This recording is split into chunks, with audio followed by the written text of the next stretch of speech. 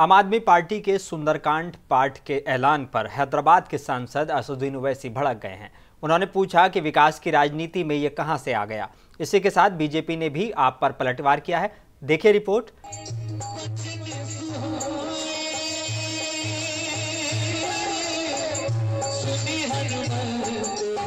22 जनवरी को अयोध्या में राम मंदिर प्राण प्रतिष्ठा से ठीक एक हफ्ते पहले आम आदमी पार्टी ने भी दिल्ली की अलग अलग जगहों पर सुंदरकांड पाठ करने का ऐलान कर दिया है, जिसकी शुरुआत आज से हो रही है।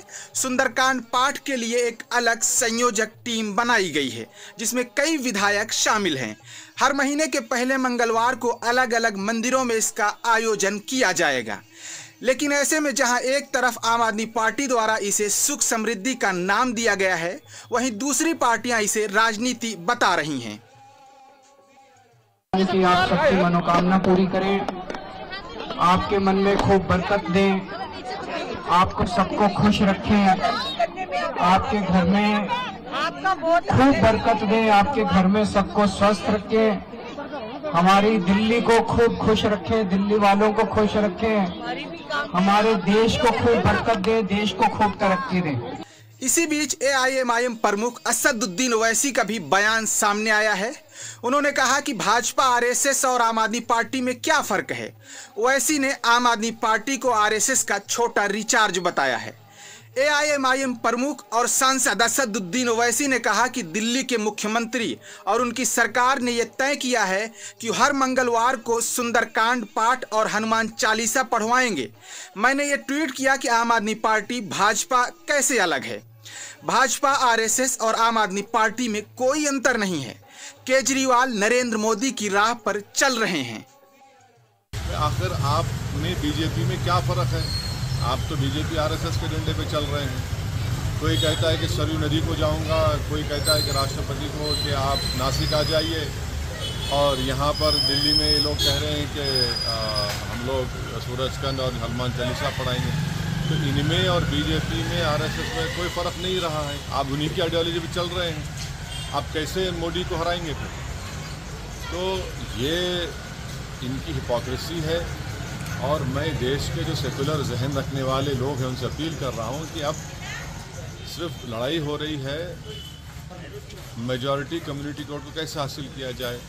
ये कॉम्पिटिटिव हिंदुत्व नहीं है तो क्या है? और ये अभी भी वक्त है कि हमारे देश के जो सेकुलर जहन रखने वाले हमारे हिंदू भाई हैं, दलित भाई हैं, OBC भाई हैं और ख़ास तौर से मुसलमान हैं, उनको देखना चाहिए। इसका जिम्मेदार किसको खड़ा करेंगे आप? वहीं आम आदमी पार्टी का कहना है कि पहले से ही सुंदरकांड का पाठ करते रहे हैं और दिल्ली के मुख्यमंत्री खुद भगवान हनुमान के बड़े भक्त हैं और हर शुभ काम से पहले हनुमान चालीसा पढ़ते हैं। हमारा संकल्प है कि हर महीने पहले मंगलवार को दिल्ली में जगह जगह सुंदरकांड का पाठ करवाया करेंगे।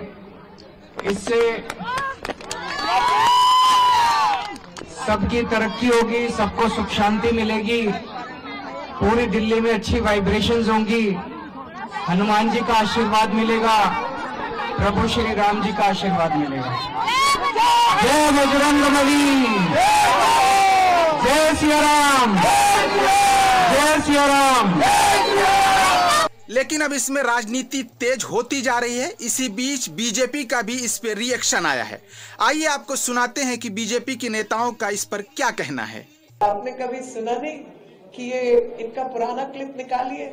आप सबके पास तो आर्काइवल मटेरियल जरूर पड़ा होगा, जहां पर आपको दिखेगा कि अरविंद केजरीवाल वही व्यक्ति है जो कहते हैं यहाँ राम मंदिर नहीं बनना चाहिए, ये बाबरी मस्जिद है। तो इन लोगों को मैं याद दिलाना चाहती हूँ कि 5 लाख अभी के समय में, बहुत पुरानी 100-200 साल, उससे पहले का इतिहास अलग है। 1858 के बाद की बात करूं तो तकरीबन 5 लाख लोगों की मृत्यु हुई है इस राम मंदिर को बनाने के लिए। और उन श्रद्धालुओं के प्रति जिस तरीके की इन्होंने भाषा, जिस तरीके के कार्य इन्होंने किए हैं, ये वही गिरगिट है जो रंग पलटते हैं। और वो रंग पलटता हुआ दिख रहा है कि जो कभी राम मंदिर के पक्ष में नहीं थे, राम मंदिर नहीं बनना चाहिए ये कहते थे, आज वो सुंदरकांड के पाठ में शामिल हो रहे हैं। मैं इसको कहूंगी भगवान जी की कृपा, राम राज्य तो स्थापित ही हो जाए कि अगर आप पापी अपने पाप धोना शुरू कर दे तो पापियों के पाप धुल रहे हैं, अच्छी बात है। सुंदरकांड का पाठ हो रहा है, अच्छी बात है, लेकिन इनके जो कार्य है वो भुलाए जाने जैसे नहीं है। और ये बात सबको याद रखनी है कि किस मिट्टी के बने हुए लोग हैं और किस तरीके से हर चीज के ऊपर राजनीति करने की क्षमता इन लोगों में है।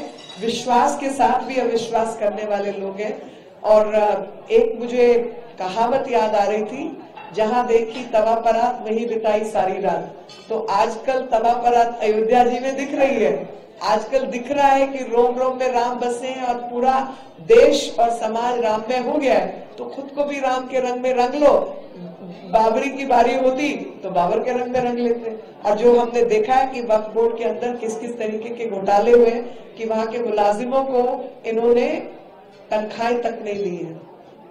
22 जनवरी को अयोध्या में राम मंदिर प्राण प्रतिष्ठा कार्यक्रम होना है और ऐसे में अलग अलग पार्टियों को न्योता भेजे जाने पर कांग्रेस ने इस न्योते को अस्वीकार कर दिया, जिसके बाद भारतीय जनता पार्टी ने अलग विपक्षी पार्टियों को हिंदू विरोधी का टैग बता दिया गया है। राम प्रतिष्ठा कार्यक्रम से ठीक एक हफ्ता पहले आम आदमी पार्टी ने भी दिल्ली के अलग अलग जगहों पर सुंदरकांड पाठ कराने का ऐलान कर दिया है, जिसमें दिल्ली की 70 विधानसभा शामिल है और इसमें एक अलग संगठन बनाया है जिसमें पार्षद और विधायक शामिल होंगे। दिल्ली के अलग अलग मंदिरों में सुंदरकांड पाठ का आयोजन किया जाएगा और इसकी शुरुआत आज से की जा रही है, जहां पे दिल्ली के मुख्यमंत्री खुद रोहिणी के मंदिर में अपनी पत्नी के साथ सुंदरकांड पाठ का जो है वो आयोजन करेंगे और इसके बाद से इसकी शुरुआत हो जाएगी। और हर महीने के पहले मंगलवार को सुंदरकांड पाठ जो है वो अलग अलग मंदिरों में पढ़ाया जाएगा। लेकिन अब ऐसे में राजनीति होती हुई नजर आ रही है, जहां पे ओवैसी का एक बयान सामने आया है। उनका ये कहना है कि आम आदमी पार्टी में और भारतीय जनता पार्टी RSS में क्या फर्क रह गया है, जब आम आदमी पार्टी को भी मोदी सरकार के नक्शे कदम पर चलना है और उन्हीं की तरह कार्य करना है और उन्हीं भगवान के नाम पे राजनीति करनी है। लेकिन ऐसे में आम आदमी पार्टी की तरफ से कोई रिएक्शन नहीं आया।